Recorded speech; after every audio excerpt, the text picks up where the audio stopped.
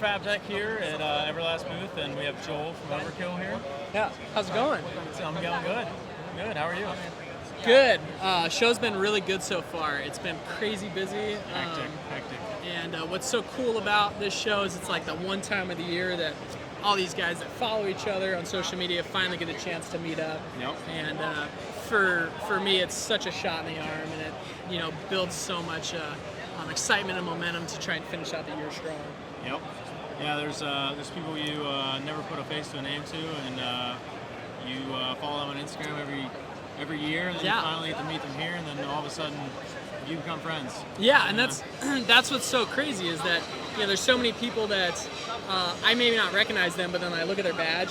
Yeah, you gotta look at a badge. Yeah, I see the name on the badge, and I'm like, oh my gosh, yeah, I've been following your work for so long. And the funniest part with that is that when you go home, in my case, like I'll tell my wife about all these people that I talk to, and she thinks it's the funniest thing ever because it's like we've been friends for years, even if it's the first time we've ever actually physically met because we know so much about the stuff we do together. Yeah, it's like, I went out to dinner with this guy, chatted with this guy, had a few beers with this guy, and they're like, how do you know this many people? It's like, well, I message these people. Yeah. I message this person. I talk to this person every day. I have full-blown conversations with this person for hours a day. Yeah. And it's like, we start hanging out, it's like, we're best friends already. Yeah, it's the coolest thing ever. And more importantly, what's so neat about a show like this is you're just constantly surrounded by like-minded individuals. Oh, yeah. Everybody here shares a common interest, whether that's in manufacturing, whether that's in fabrication or welding. It's so cool to be surrounded by that group of people. And you meet so many people that do the craziest jobs. Like, you think welding is so just, we sit down with all the same TIG welders and we weld, but no. Yeah. I met some guy that did props today for TV shows and stuff, and that was wild to me. And I'm like, I just built exhaust. That's cool. Yeah. And what's so funny is that, like you said, you could use, Everlast welder like that for so many different jobs, and the welder itself has no idea of what it's actually putting together, but the end result can be totally different, whether it's us building monster trucks and race car fabrication, to you building exhaust, to like you said, someone building signs or structures for this building. It's so cool that at the root of it can all start on that same machine, just from an Everlast. Yeah. It's super rad. Yeah. What welders do you guys use? So we use Miller welders. Blue. Oh, I'm supposed to say I said blue. Yeah. It's like a dark blue. It's not the light blue company. He has a wish.com. Yeah. So, and it's actually, there's a really funny story behind that. So, long story short, I did about 63 episodes on the Diesel Brothers TV show, and as we were filming the show, they had a contract with another welding company, and they weren't allowed to have my color welder's welder in the show. Well, I didn't want to use the other company's welder. It wasn't Everlast, it was another company. I didn't want to use that welder. I was pretty confident in what I was using, so what we did is we actually wrapped it in gray. And so when you ask what color machine I've got, it's technically a gray welder. And so anytime I'm in the middle zone. So it's so funny because anytime someone does come and look at my shop, I got like all these like goofy gray colored welders, and they never know what it is, but obviously there's a funny story behind that. Built in Everlast facility? Yeah. You mean Overkill facility? Yeah, but it's Overkill welder? It's wild seeing how much growth Everlast has had over the last couple of years. Yeah, they've been growing crazy. I see so many people message me every day asking how good it is. What's the in and out on it? And tell me what it does and what it doesn't do. And it does everything. So that's totally it. And what's so neat about it is it's guys like you and Mark Winchester who kind of have really taken that stuff to the forefront. I remember when Mark just got his first Everlast machine, and quite frankly, I didn't even know about the company. When I bought my welders, it was pretty much the two big welding companies were at the flagship of that, and that's obviously why it's kind of choose A or B, and I chose A. And I remember when Mark actually welded with his Everlast machine, and he compared it to the Dynasty 400 that I have, and he said, dude, you cannot tell the difference between the two. Came out of nowhere. And it blew me away because it was one of those, and it's like for so long, you have like this flagship as like this is what the standard is. It's all there is. That's no one could really touch it. It was unobtainable, and to see a company like Everlast seemingly overnight, Really go immensely, head to head immensely. with them. I think that's just so cool. Yeah, the new Typhoon is just it's everything the Dynasty Yeah. is and possibly more. I think. Yeah. What do you actually think of that machine? I think it's phenomenal. Yeah. I mean, I have two 255 EXTs and those weld good, and then like I got the Typhoon, and it has automatic fans. So when you're done welding, everything shuts off. It's silent. Yeah. Awesome. It has new HV start, so like aluminum start, crisp, super crisp. Welds awesome. Yeah. There's so many settings that you can change, like the polarity, your EP. You can put it on different settings compared to your EN settings, and like it's everything about it's just super good. It has digital display. I love it. Yeah. I love it so far. Have you found, for instance, obviously this rad titanium exhaust that, you built a few years ago, you said? Yeah, this is a few years ago. Yeah, welding something like this, do you feel that the machine is pretty comparable as opposed to, welding stainless as opposed to just mild steel to aluminum? Is there something that, you feel it does a lot better at as opposed to other stuff, or what? I think on the aluminum side of things, there's just so many settings you can play with that when you're advanced that it helps you. Like, you can be a better welder with how many settings you have nowadays. Compared to before when you just had balance and frequency, and you're just on a knob, you can really fine tune. Yeah, and that's what's so cool about welding is that, it really is having the right settings is just going to build your foundation to put you off on the right foot. If you get into a random machine, you just start turning the knobs and have no business knowing what you're doing. You can get sideways. Yeah, dude, you can get sideways in a hurry. But yeah, and whenever I'm, sideways, I don't know what the hell I'm doing. I just call Mark Winchester and That's I say, right. hey, I need help. And he goes, listen, son. Young And he just guides me through. Yeah, and like that's what's super rad. And another thing that I like to obviously give credit to you for as well as Mark is that when it does come to welding, so many people think it's just like trade secrets or like these settings are proprietary to me. And that's what's so awesome that you're an open book. You're of the opinion that it's like, dude, this is what works for me. That doesn't necessarily mean it's going to work well for you. It doesn't ever. But not always, sometimes.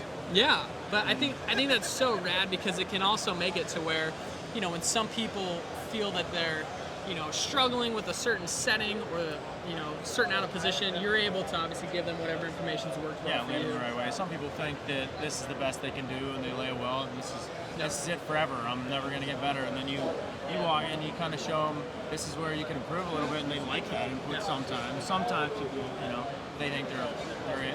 Yeah. But I try to guide people as much. If I can help, I will. Yeah. That's how it goes. Yeah. Talking about welding, the funniest thing to me is that social media in general really humbles you as a welder fabricator. Because it's ironic saying it to you, but like, it's always so funny because you may lay what you consider like the best weld you've ever seen. You'll take a photo of it and you'll look online and there's guys like you or Mark or Frank and you're so far up that it always just makes it funny that, there's always going to be someone better than you or there's always going to be someone that, produces something, that is, I don't know how to word it, as cool as maybe you thought it was in your photo. You can just get humbled really quickly. I mean, I build stuff all the time where I build it and it looks like the most badass thing, and I post it and I'm like, as soon as I post it, scroll like one more post, then there's a way cooler exhaust and the same exact car, and I'm like, you know what? I gotta try harder next time. Yeah, but the push funny, the envelope. Yeah, the funny thing with that is that like the guy that posted that is probably going to be pretty approachable to where like, dude, if you're just like, man, that's so rad, like what settings did you use? They usually roll it off the tongue like no problem whatsoever. Try to help. And the whole social media, it helps. Like I would have never been where I'm at without it. I've asked so many people so many questions and they've answered me and helped me, and it's helped. Yeah. I've gotten farther. I mean, there was one day that I posted, my first post that I ever made, I was probably one of the worst people on Instagram. And then now I don't think I am anymore. Yeah. And that's what's so crazy is that, obviously I've been following you for a couple of years, when you and Austin, for other Austin, for a little while, and it's been so cool seeing, your guys' constant evolution and growth. Steady, always forward, always up. Yeah, well, and that's just that I remember, you know, you guys were doing like some stainless like positioner work, and then whenever you went to B-Road, it was wild seeing your skill not only as a welder but also as a fabricator. Mostly, yeah. Just take off like a rocket ship. It was. I started that job, and they said, you know, here's a car, build this exhaust. Yeah. I'm like, how? And they're like, just build it. Yeah. And I just started building. Yeah. So now I got a question for you. You're building an exhaust for a car that costs more than most people's houses. More than my house. Is that ever intimidating to you, or do you almost just look at it as it's just another car, it's just another exhaust? It's always intimidating. First off is just working around cars of that level. Yeah. You know, you have a couple $100,000 car in your shop. Where do I put the bumper? You know, like nobody touches this. Put paper on everything. You know, like saran wrap all the paint. Yeah. Get this thing ready to where if I brushed up against it with my paint leg, nothing would even leave a mark. Yeah. You know, and then once you get working on it, you lay it out in your head, and it's just another welding job at that point. Yeah. And then once you get done, you're like, holy shit! You know, I just built $5,000 exhaust, $10,000 exhaust. It's so cool. For something that someone that spent this kind of money is going to appreciate. That is a crazy feeling. Like, they trust you to do it on their car. Dude, do they ever get to like let you go for like a joyride with them whenever it's finished? Oh yeah. Yeah. I've had a few people. I've ridden in some crazy cars, and Yeah. I think that would totally be the coolest, because it's like That's the best part. well, I mean, not only are you getting to ride in a car that guys like us will never be able to afford. I can't afford that. But you also get to appreciate. I can't afford the key fob. Yeah, you get to appreciate the work and the craftsmanship that you put into it. And then they appreciate me firsthand. backwards. You know, it's cool seeing like someone that I would say is way above me in the world. No. They appreciate what I do. That's a cool. It's all relative. Yeah. No, it's So. super rad. What question you got? Let me hear it. Let's go with you. How's your shop been going? Since you started to where you're at now, has it grown to what you expected? Has it grown way farther than you wanted it to, or you thought it would? Yeah, it's good. It's a good question. It's one of those when I first started it, I had no idea that 10 years from then to now that I'd be in the position that I am. It feels like a blur. Like it just happens so quickly. And I guess the only thing that's consistent through all of it is just work ethic. You're just constantly working. You're constantly dedication. Always trying to stay humble and always trying to produce something better than you did the time before. So it'd be kind of like with you with an exhaust. It's like first one you did is great. The second one better be better than that, and the third one better be better than the second one. Best, yeah. And so I've tried to use that mentality in the business side of it for my company, and I think that finding the right employees is important. Finding guys that are like-minded individuals, but then also guys that can genuinely see the vision that you're trying to put out, and being able to find those guys is tough. But then once you do, being able to just kind of keep them in. Trying to hold the employees. Keep an employee. It's rough. And so I think whenever you're a boss like yourself, if you want to call yourself a boss or not, the owner, operator, everything you are, I think you're very likable. So, I mean, I don't think anyone has a problem working with you. Well, I appreciate that, and I certainly hope that's the case. It's so when I was on the welding and fabrication side of it, I'm so fortunate. The two main MIG welders I've got, Rodrigo, which Rod, RFab, and then Blaine, which is Blaine Welds. He's another really, really talented MIG welder.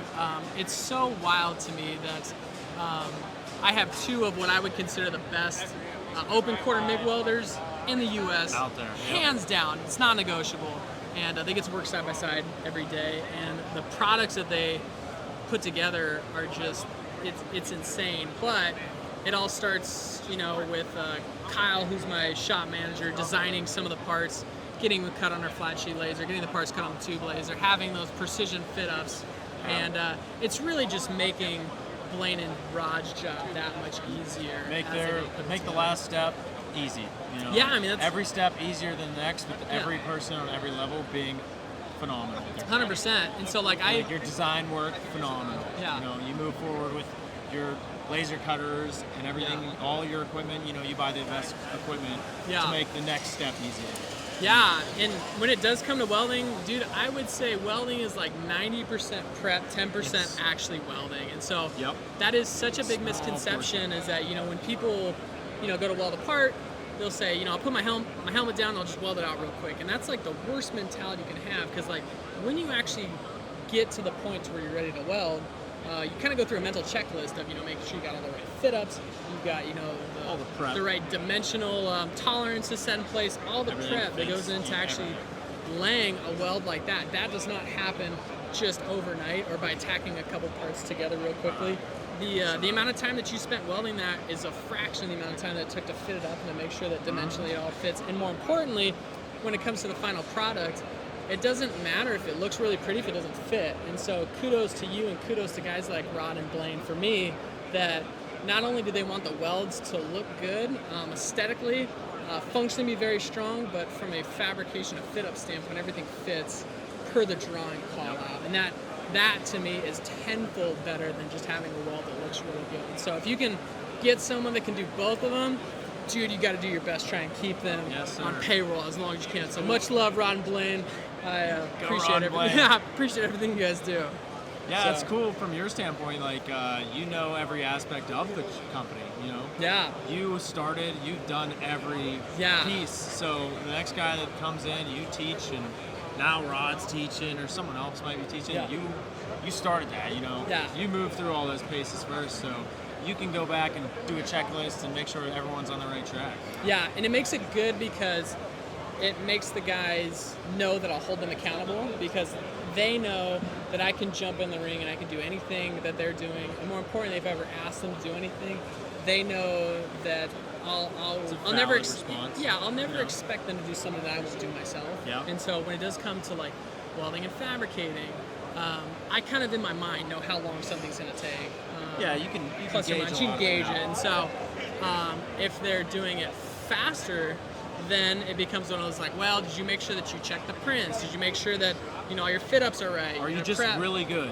And that's the second side of that I was going to say. What I found is that those two are just really good at what they do. Maybe I wasn't that good after all. Yeah, so it's one of those, I think I just got really lucky.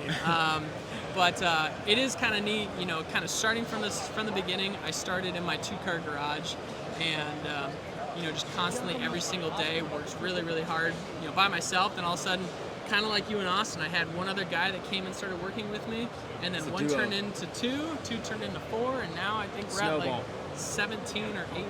17. Employees. Yeah, it's all a blur, to be totally honest. But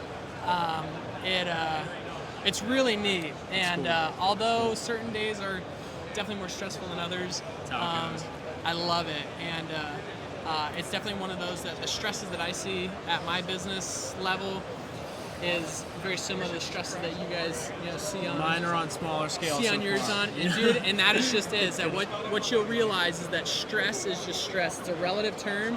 The decimal place may move, hopefully a couple positions as you continue to grow, but like that feeling's the same. But more importantly, that work ethic that you have is never going to change, and as long as you can maintain that.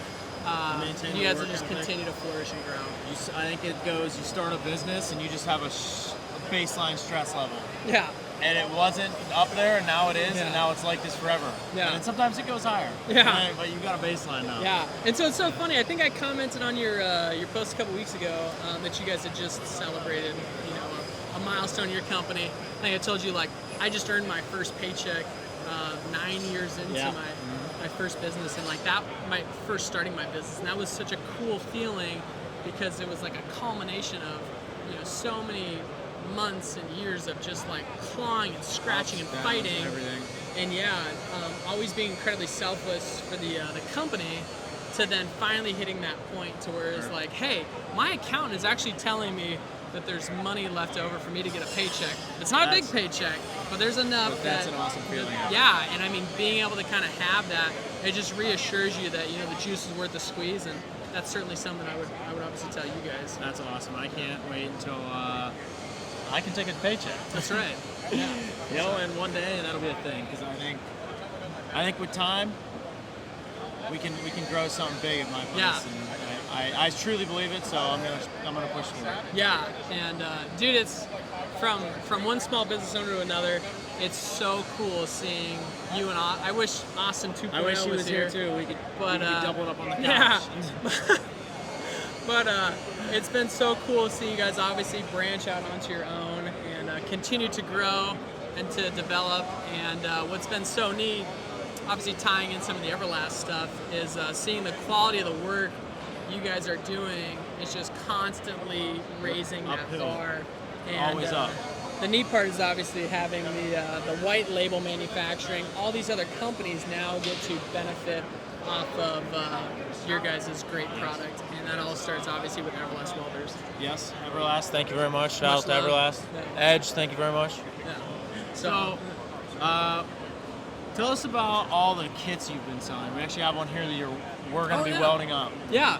So, you know, this actually all kind of started during COVID. So, a lot of the stuff Run out of other things to do? Or yeah, it was kind of one of those that, from an automotive standpoint, a lot of that customer base that we have, small business owners, you know, 25, 30, 50 employees, they didn't know what the future held for their company. Right. And so the race cars, the monster trucks, the 6x6, Lamborghinis, stuff like that we had in the shop that we were building, those are all secondary cars for a lot of these people. Yeah. Or, you know, it's funny money, or it's stuff they can like. It's a want.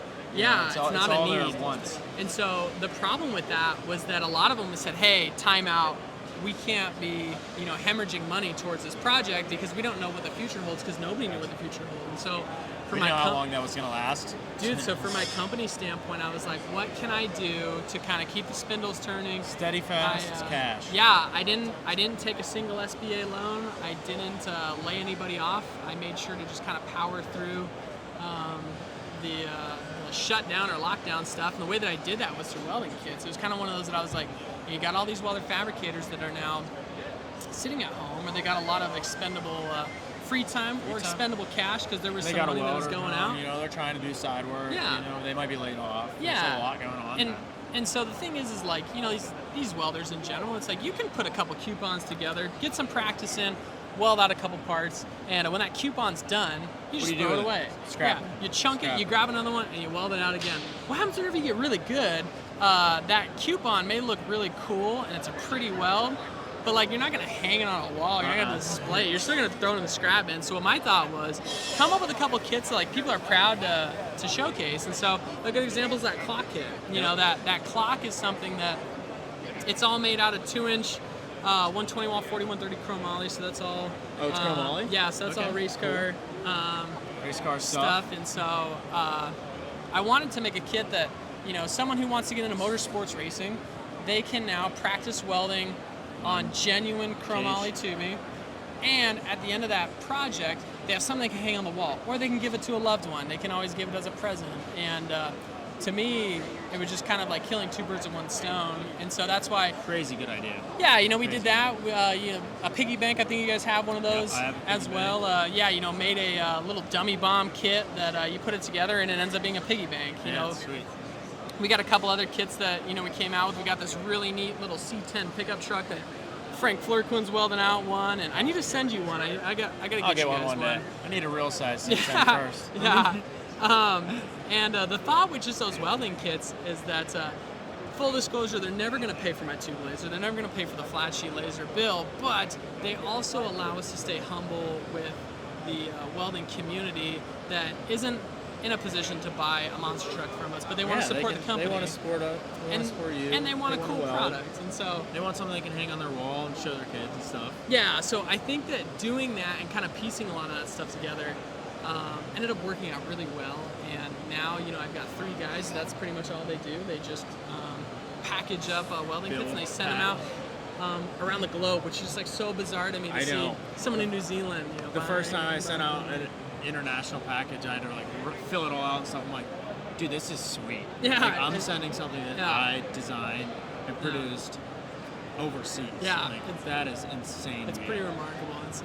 It's a small world. But yeah, speaking of kits, I mean, obviously you guys have got some welding positioner stuff that we got a few products out currently. You know, we have a vice kit. yeah. It's very simple. We took a drill press vise and we basically made jaws for it and made billet V-block that holds pipe, and you can maneuver pipe in it way better than you ever could before with such a cheap piece. Yeah. You know, and I weld on tables. So I sit at my table, I set up my vise, and I can go on full exhaust and use my little vise kit, and I get minimum scratches on my parts. Yeah. I just thought it was a simple thing for me, and then a ton of people wanted it. Yeah. And which was blew my mind. I made 25. I'm like, even if they sold in a month, I'd be happy. I posted them for sale. I sold them in an hour and a half. I'm like, so awesome. I'm like, oh man, I think our company's about to take a turn.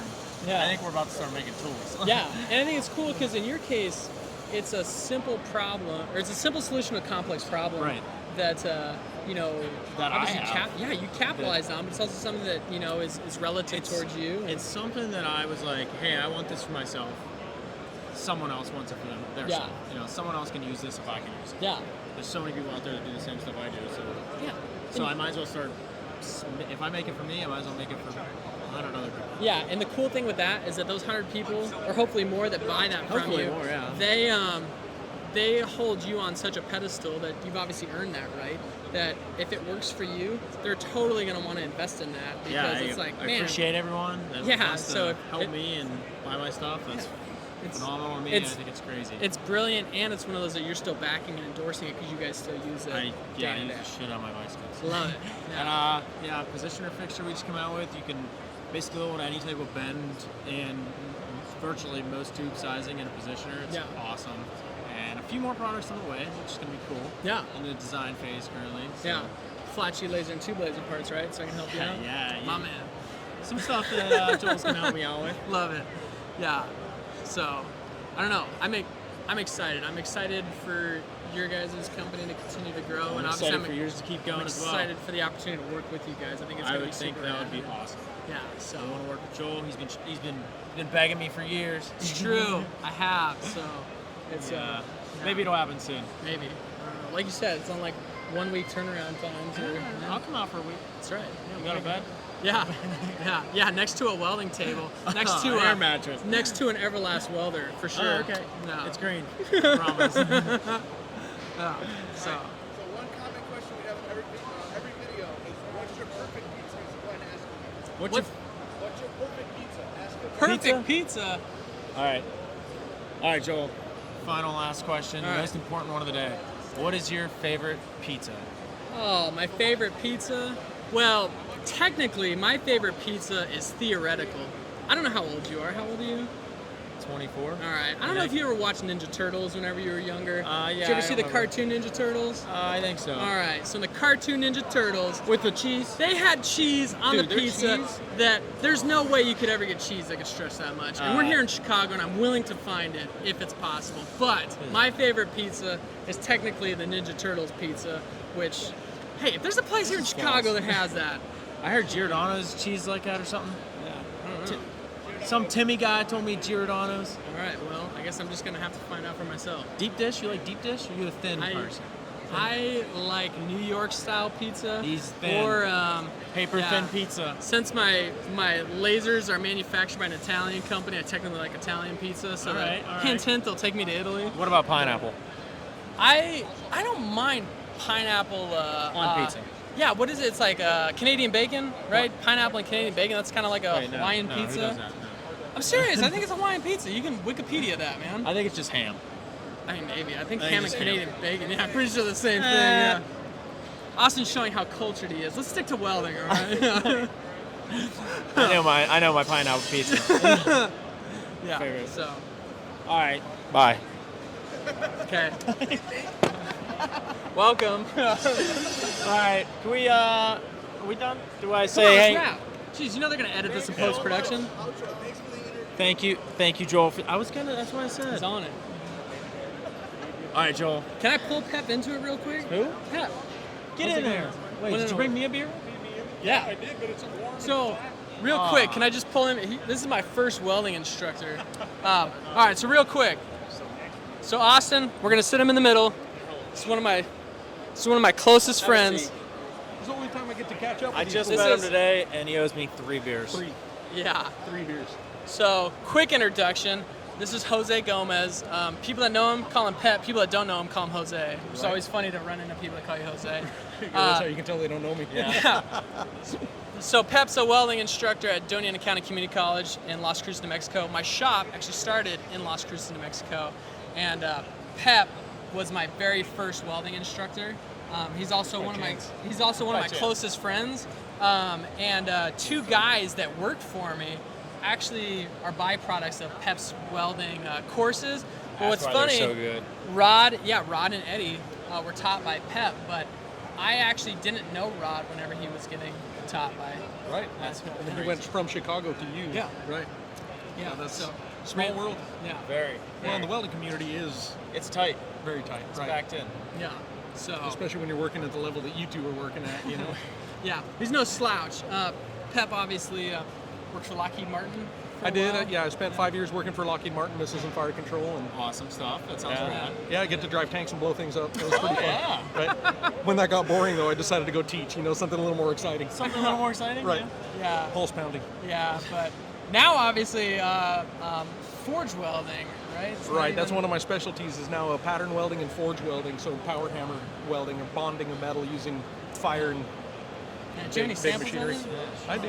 Yeah, but they're hard to see on the camera. Yeah. But, like, yeah. Yeah, so it's so cool because Pep for me obviously started out as just a welding person that would come in and try and help me out, and I equate it to being like learning how to play basketball and randomly meeting Michael Jordan at the YMCA, and him showing me how to do free throws, and so for me, And then you're killer right off bat. yeah, You and did. so what? Picked it up so fast it was terrifying. Man. Yeah. Like, I watch people struggle constantly. You know, where they have the learning curve is you know, looks more like a McDonald's sign, but with him he went straight to the top very, very quickly. You know, so he didn't need to be taught. He just needed to be guided a little You bit. need a little guidance. Right. Yeah. And it was just incredible to watch the trajectory for sure. Yeah, That's so, awesome. But yeah, I mean that's the last thing I would say about again a FABTECH show that's so neat is that people like me and Pep, who are lifelong friends, we met 10 years ago, and it's wild to see Joel, Pep, and Austin on a chair in Chicago. It's just like such a bizarre small world because without trade shows like this or social media, like we would never know each other. We would never have met each other, ever. But what's so funny is we're all just like-minded individuals. We all love welding, we all love fabricating, and even though precision, welding exhaust stuff, pattern forge welding, and I pretty much monster just do trucks. like office work now. He's but an office technically, guy. Secretarial work. Do you have a right? welding I'm hood a anymore? desk jockey now. Oh, he does. No. He does. He doesn't have batteries in it, but he has one. yeah.